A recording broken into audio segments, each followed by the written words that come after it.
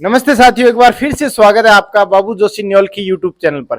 साथियों, आज के इस वीडियो में हम बात करेंगे, जो सवाल यहाँ पर किया रणजीत सिंह जी ने, इन्होंने कहा है कि पाउस बढ़ाने के लिए क्या उपाय करें। तो देखिए, बहुत सारे जो पशुपालक भाई है, उनकी जो गाय या भैंस है उनमें समस्या रहती है, खास तौर से उस समय जब पशु प्रथम बार बच्चा देता है तो पशु पाउस नहीं बनाता है। जितनी पशु की क्षमता होती है उस क्षमता के हिसाब से पशु है वो दूध इंक्रीज नहीं करता। और जो पशु हम दूध के लिए लेकर के आते हैं, वो पशु जब दूध न दे प्रॉपर रूप से क्षमता के अनुरूप, तो फिर कहीं ना कहीं जो हमारा जो पशुपालन है वो घाटे का सौदा बन जाता है, नुकसान होता जाता है। पहले तो जो इंजेक्शन आता था उसका प्रयोग करते थे तो उससे पशु पाउस तो जाता था, लेकिन आने वाले समय में प्रॉब्लम आती थी। पशु बांझपन का शिकार हो जाता था, हीट में नहीं आता था, या फिर गाभिन नहीं ठहरता था, अनेकों समस्याएं आती थी।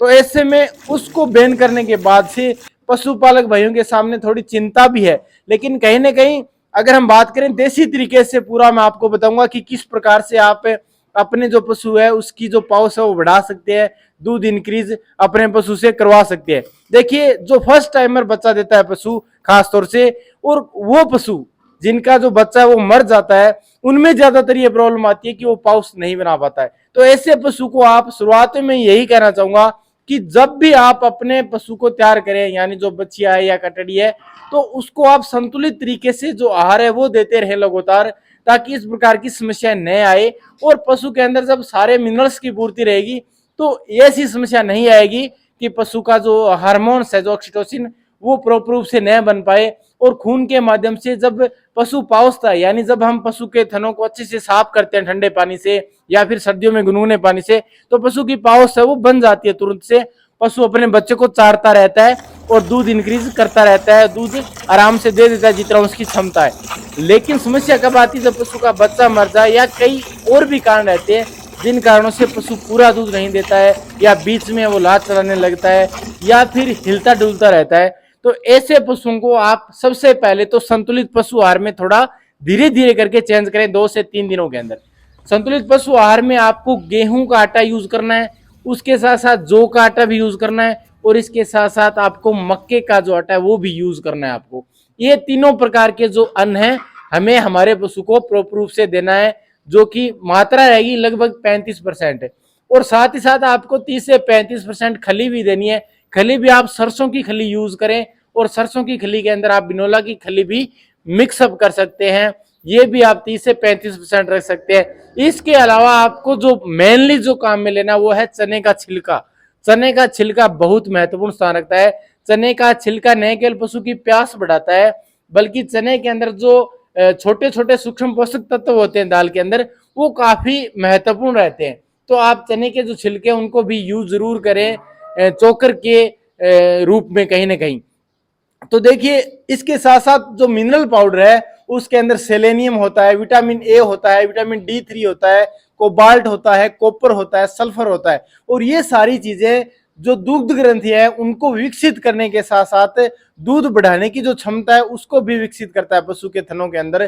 तो आप मिनरल पाउडर भी प्रॉपर रूप से 50 ग्राम अपने पशु को शुरुआत से देना शुरू कर दे, ताकि समस्या ही नहीं आए। इसके साथ साथ आपका जो पशु है वह प्रॉपर रूप से स्वस्थ है, लेकिन बच्चा भी स्वस्थ सलामत है, उसके बाद भी अगर पाउस नहीं बना रहा है, तो आप एक काम और करें, 100 ग्राम सरसों का तेल डेली यूज करें अपने पशु के लिए।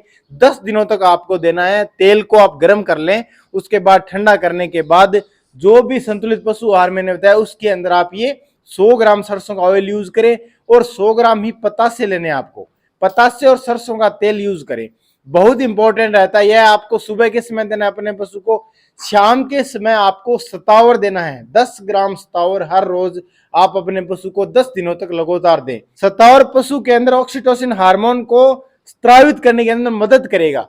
तो आप सतावर का भी यूज जरूर करें, 10 ग्राम 10 दिनों तक कम से कम आप अपने पशु को हर रोज शाम के समय जरूर दें, जब आप पशु का दूध निकालें उसके तुरंत बाद से। और हर रोज देंगे तो कहीं ना कहीं आपके पशु की पाउस भी बढ़ेगी। इसके साथ साथ एक चीज और इंपॉर्टेंट रहती है, वो ये कि आप अपने पशु का दूध निकालने की जो टाइमिंग है वो फिक्स रखें। ये नहीं है कि आप सुबह 5 बजे दूध निकाल रहे हैं और शाम को 8 तक बच जाते हैं। आपको टाइमिंग चेंज बिल्कुल भी नहीं करना है, सुबह और शाम का टाइम फिक्स रखना है। और इसके साथ साथ जो दूध निकालने वाला है वह भी चेंज ना हो बार बार। वह भी वही हो जो पहले दूध निकालता था।